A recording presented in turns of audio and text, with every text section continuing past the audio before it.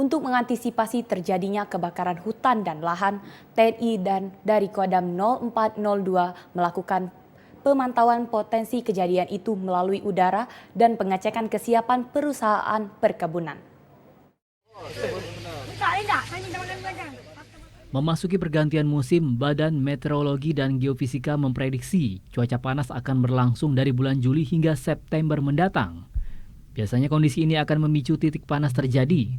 Guna mengantisipasi kebakaran hutan dan lahan terjadi, jajaran TNI dari Kodim 0402 yang wilayah teritorialnya Kabupaten Oki dan OI melakukan pemeriksaan dan pengecekan ke sejumlah perusahaan perkebunan terkait kesiapan peralatan dan lainnya.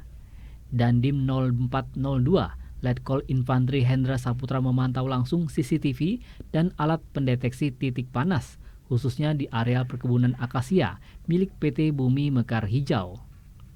Perusahaan ini merupakan salah satu perusahaan perkebunan akasia terluas di Sumsel.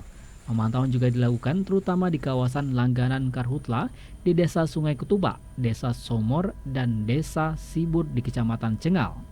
Melaksanakan kegiatan patroli udara di kawasan Desa Sungai Ketupa, kemudian Somor Sibur yang memang tempat rawan untuk kebakaran hutan.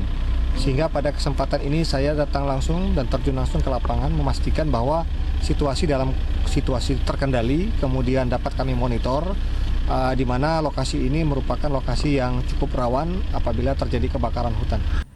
TNI berkoordinasi dan berkolaborasi dengan perusahaan perkebunan untuk berperan aktif menghadapi cuaca panas ekstrim. Kita sudah persiapkan semua, mulai dari peralatan, mulai dari anggota-anggota RPK kita, termasuk juga kesiapan kita untuk memantau hotspot. Itu kita lakukan, termasuk di areal-areal yang rawan.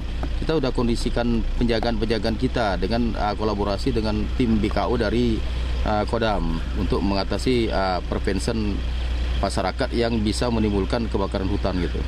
Selain itu menyambangi warga untuk melakukan sosialisasi agar tidak membuka lahan dengan cara dibakar. Yudi Gromiko, TVRI Sumatera Selatan melaporkan.